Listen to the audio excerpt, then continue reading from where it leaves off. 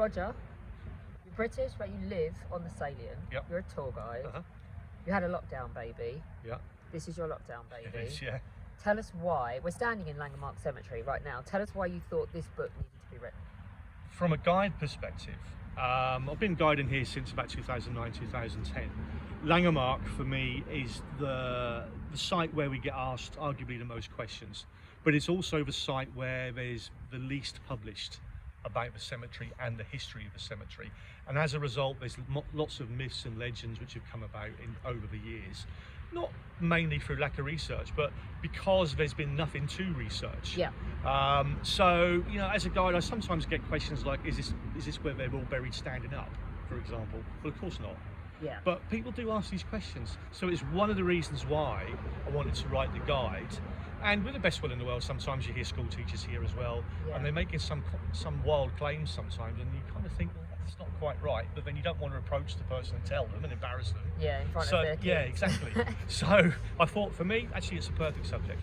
And it's beautiful. Go out, buy it, order it.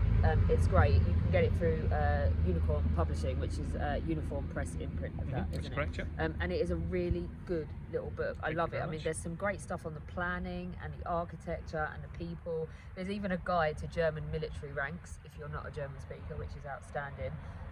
You talked about the amount of myths around this place. I mean, this is the German place. This is an essential stop on a salient battlefield tour.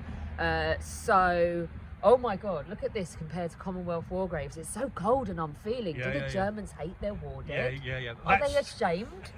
That's a comment we get a lot. Okay, and the answer is no. The way the cemetery is planned is a very definitive German design policy.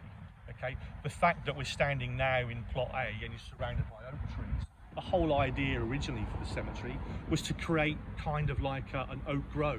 Right. So this is a very, very definitive thing. Okay, the second part of the cemetery up to the top there, where the bunkers are and the name blocks are with the names of the student associations on, that comes about later. That's actually originally there in the 1930s, but had no burials, and it was purely there to actually celebrate, if you will, the German student associations.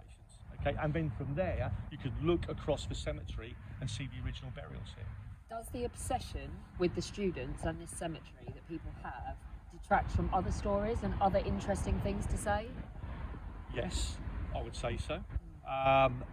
The problem is the story with the students is so powerful. Yeah. Not only powerful at the time, but powerful because in the 1930s and in the 1940s, Hitler and the Nazi Party, the NSDAP, they grabbed this thing and they used this for their own. Well, Hitler stood over there, didn't he? Yeah. He used that propaganda in person in 1940. Yeah. So in effect, they're politicising their own war death. In terms of the mass grave, which is here, there are remains of thousands of men gathered from around the Salient in there. Is Voss in there? His name is on the board. This is another one, isn't it? You get people saying now that Werner Voss is not in there. Yeah. As far as we're aware, no. Okay. Although his name is on the panels, you have to treat those panels actually separate to the mass grave. The names on those panels do not necessarily relate to those in the mass grave. It's kind of like a men in gate, isn't it? Kind of, but for the Bavarian army only. Okay. Okay, so what happens is in the years after the First World War, or after the Second World War, sorry, they discovered the Bavarian army's archives. Okay, they weren't destroyed in World War II. So the Bavarian names on there are Bavarian soldiers who are missing in the whole of Belgium. Right. Okay, some may well be in the mass grave, some not. Werner Voss is not Bavarian, he's a Prussian, but there's also additions to it as well where families have asked for names to be added. Yeah. Or if, for example, they know there's a personality like Werner Voss, then his name is added. But Werner Voss's grave, he had a field grave in the battlefield, and as far as it was then destroyed by the artillery, there's no record of his body ever being recovered. And that's where the German new discoveries go, isn't it? The blocks in front of that mass grave, the one on the end comes up because that's how you get down into the crypt. Underneath there, when they finished off the mass grave in the 1950s, they sealed it.